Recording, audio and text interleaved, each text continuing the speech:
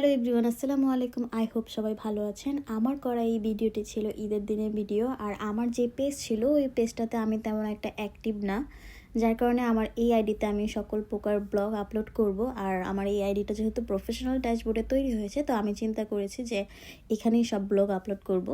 আর এইখানে আমি নুডলস আর সেমাই করে রেখে দিয়েছিলাম। এরপর এক সাইডে আমি খাসির মাংসটা ভিজিয়ে রাখছিলাম, যেহেতু আমাদের কোরবানির মাংস আসতে প্রায় লেট হবে। ধরতে গেলে একদম বিকেল 4টা-5টা বাজবে এরকম সময় হবে আর কি। তো যার কারণে আমি খাসির মাংসটা কমপ্লিট করে রেখে দিয়েছিলাম। আমাদের বাংলাদেশে হয় কি যে আমরা একটা পশু কোরবানি করব, তাহলে আমরা 3-4-5 দিন আগে পশুটা নিয়ে আসি। তো ঈদের দিন আমরা হয় রাস্তায় কোরবানি করি বা কেউ বাড়ির নিচে কোরবানি করি, আর কেউ পারি না একদম রুমের ভিতরে নিয়ে কোরবানি করি। তো বিদেশের সিস্টেমটা খুবই আলাদা, এইখানে এইভাবে কোরবানি হয় না। শুধু নিউজিল্যান্ড না, এটা প্রত্যেকটা বাইরের দেশের সিস্টেম যে আমরা কেউ কারো কাছে নিজে এনে পশুটা কোরবানি করতে পারবো না। এটা একটা নির্দিষ্ট ফার্মে যেতে হবে, ফার্মে যেয়ে একটা চয়েস করতে হবে পশু। তো আমি 5 দিন আগে চয়েস করি বা 1 মাস আগে চয়েস করে রেখে দেয় ওই ফার্মটাতেই। তারপর ঈদের দিন যেয়ে ওইখানে পশুটা কোরবানি করে বাসায় নিয়ে আসে, তারপর যে যার যার মতন ভাগ করে নেয়।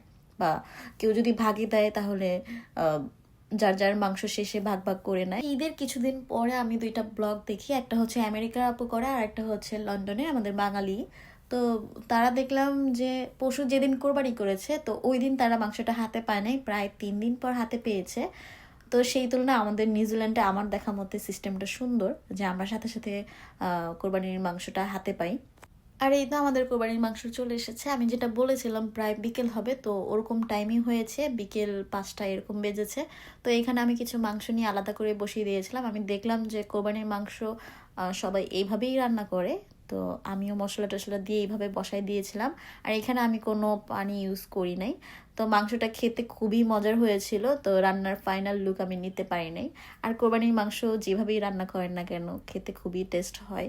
যাই হোক, ঈদের দিন মনটা খুবই খারাপ ছিল, কিন্তু কিছু করার নেই। আমরা যেহেতু বাইরে থাকি, একা ঈদ উদযাপন করতে হয় পরিবার ছাড়া, তবুও পরিবারের কাছেই মনটা পড়ে থাকে ঈদের দিন। তো আজকের ভিডিওটি আমি এখানেই শেষ করতে যাচ্ছি। দেখা হবে অন্য কোনো ব্লগে। সেই পর্যন্ত ভালো থাকবেন, সুস্থ থাকবেন। আল্লাহ হাফেজ।